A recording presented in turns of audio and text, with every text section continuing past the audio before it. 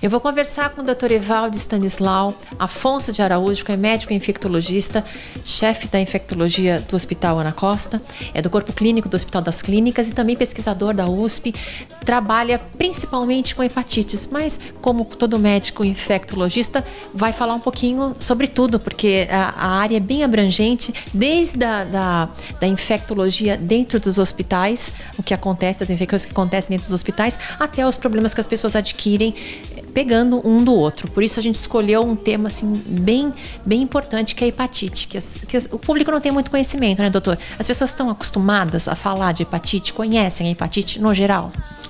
Então, de maneira geral, não. As hepatites ainda são muito desconhecidas para a maioria das pessoas. Em anos recentes isso tem mudado um pouquinho, principalmente pelo surgimento de muitos casos diagnosticados de hepatite C e da descoberta de novos medicamentos. Então isso começa a trazer o assunto mais à tona. Mas de uma maneira geral, a hepatite viral ela é uma doença ainda negligenciada, não só pela grande população, mas também pelo sistema de saúde, que só agora começa a dar uma resposta para isso. E sim, as doenças infecciosas, como você falou na introdução, são uma área extremamente interessante, é uma área de grande abrangência. A gente vai desde a saúde pública até a mais alta sofisticada medicina, que se aplica em qualquer lugar do mundo, e o Brasil não é diferente. Então, doenças infecciosas realmente são um desafio e uma área muito bonita na qual sou muito feliz. Bom, então vamos explicar quantos tipos nós temos de hepatites. Bom, hepatite é a inflamação do fígado, é uma palavra que significa inflamação do fígado. A hepatite ela pode ser causada por agentes infecciosos ou por causas não infecciosas. Entre as causas não infecciosas, a gente tem a bebida alcoólica como uma causa relevante, o uso de medicamentos como uma causa relevante e, recentemente, em grande expansão no mundo todo, dada a grande epidemia de obesidade que a gente vive, a gordura, o acúmulo de gordura no fígado levando à inflamação do órgão, causando hepatite. No outro grupo das hepatites infecciosas, a gente tem um predomínio, e é o que as pessoas habitualmente, quando a gente fala hepatite, já associam, das hepatites virais causadas por vírus que gostam do fígado. Então, o vírus da hepatite A, o vírus da hepatite B e o vírus da hepatite C são os principais causadores de hepatites virais. Nós temos vacinas para A e para B. Me fala um pouquinho sobre as duas, que são hepatites mais simples, mais fáceis de se tratar, a gente pode falar assim? Na verdade, a hepatite A é aquela hepatite que todo mundo já falou que teve na infância. Fica amarelo ou não fica amarelo e depois descobre que teve fazendo exame de sangue. Ela é 100% curável. Como é que a hepatite A é transmitida? Por alimentos contaminados, então salada mal lavada, alimentos que são feitos com água suja, de procedência duvidosa, que infectam essas pessoas que pegam hepatite A, uma doença benigna, autolimitada na maioria das vezes. Para evitar que as pessoas fiquem doentes, mesmo que por uma doença benigna, é disponível uma vacina contra a hepatite A hoje em dia. Essa vacina ela ainda não está no Sistema Único de Saúde, portanto ela deve ser feita em clínicas de vacinação.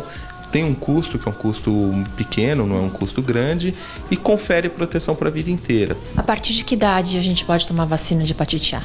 Ela pode ser feita já desde a infância. Aliás, é recomendável que seja feita a partir da infância, uma vez que a criança não tem noção de higiene ainda e coloca a mão suja na boca, consome alimentos inadequados. Então não há contraindicação. Ela pode ser feita a partir da infância até no adulto e até no idoso, que assim seja necessário. Então todo mundo deve vacinar e o governo atualmente estuda a inclusão da vacina da hepatite A no calendário vacinal do Programa Nacional de Imunizações. A hepatite B também tem vacina.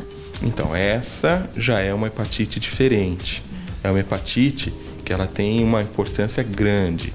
Se a gente tem uma mulher grávida que tem hepatite B e não sabe, e transmite essa hepatite para sua criança e nada é feito para impedir que isso ocorra, essa criança ela tem 90% de chance de evoluir com uma hepatite grave, crônica, e que vai ficar para o resto da vida dessa criança, podendo levar para essa criança, quando tenha a idade adulta, 30, 40 anos, ela já tenha cirrose no fígado ou mesmo câncer no fígado.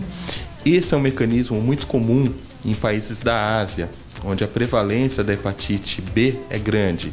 No Brasil, na região amazônica, isso também se reproduz. Então, a hepatite B é muito diferente da hepatite A. É uma hepatite grave que pode levar a complicações a longo prazo, inclusive a morte por insuficiência hepática ou por câncer de fígado. Por isso, é evidente que a gente tem que vacinar. Então, a vacinação contra a hepatite B, ela faz parte do calendário nacional de imunização. A criança já recebe a primeira dose no primeiro mês de vida. São 3 doses que devem ser realizadas. E, recentemente, a faixa que tem direito ao acesso à vacina gratuitamente, ela foi expandida até os adultos jovens. E por que isso foi feito? Porque, além dessa transmissão da mulher grávida que tem hepatite para a criança, ela também é uma doença que pode ser transmitida pela relação sexual e pelo sangue contaminado. Ou seja, o adolescente, quando inicia sua vida sexual, ele se expõe à hepatite B. É importante, então, que ele esteja vacinado para que não contraia essa doença que pode ser muito grave. E também o uso de drogas, compartilhando objetos, o uso de outros utensílios contaminados com sangue que podem infectar essa pessoa pelo vírus da hepatite B.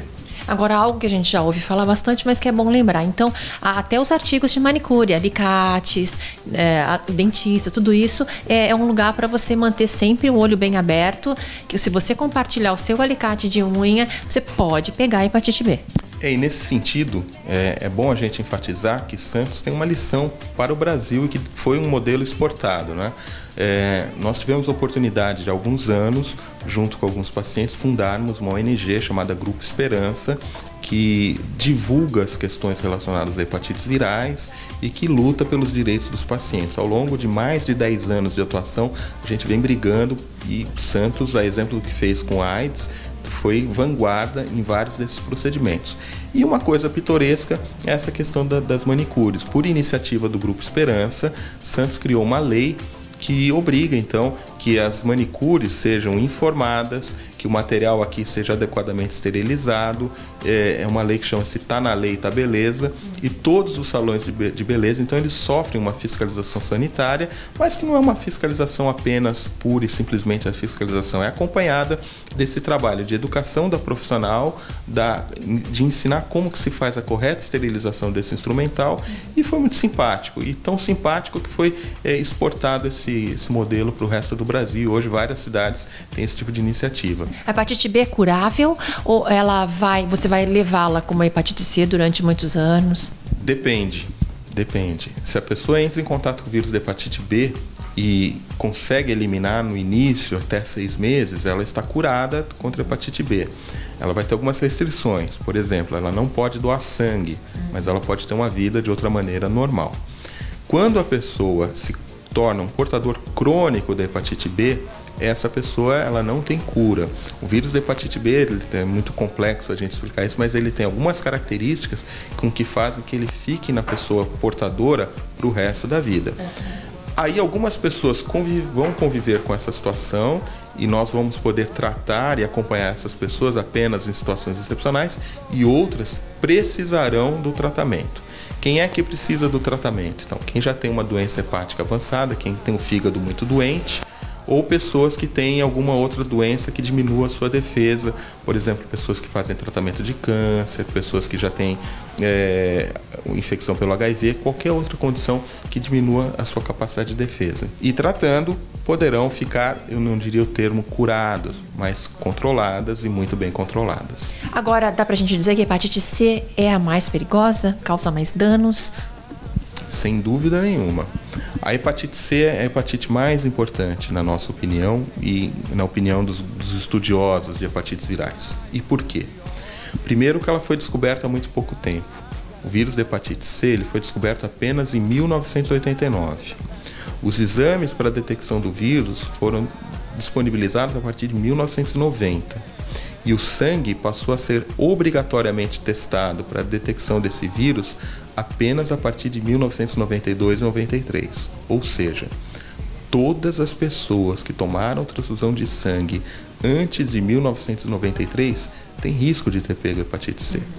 Além disso, é muito comum que a gente está falando para uma população geral, tem pessoas de várias faixas etárias, que as pessoas que têm mais de 40 anos, elas pensam assim, não, eu estou casado, ou eu já sou até um vovô, uma vovó, eu não vou em balada, eu não tenho uma vida sexual promíscua, eu não uso droga, nunca fiz nada de errado na minha vida inteira, então eu não tenho hepatite C. E esse é um grande engano, porque a hepatite C, ela é muito mais presente nas pessoas com mais de 40 anos de idade.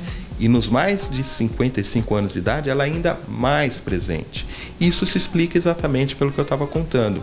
Como é uma doença que foi descoberta há poucos anos, todas essas pessoas mais velhas, ao longo das suas vidas, quando foram no dentista, quando tomaram uma transfusão de sangue que às vezes elas nem lembram, quando fizeram um procedimento cirúrgico com material não descartável, mal esterilizado, quando foram na manicure com um alicate coletivo ou fizeram uma tatuagem, enfim, elas se expuseram ao vírus. Então a hepatite C ela é muito perigosa por conta disso. As pessoas não conhecem, não estão alertas e durante anos e anos e anos ela se difundiu na nossa sociedade de maneira muito fácil.